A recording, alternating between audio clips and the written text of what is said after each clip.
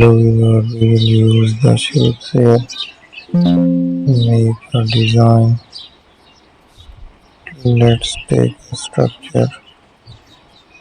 We will take the similar shape here. So still we will use a different design. We will take another shape here. So there is a shape. We will apply around it.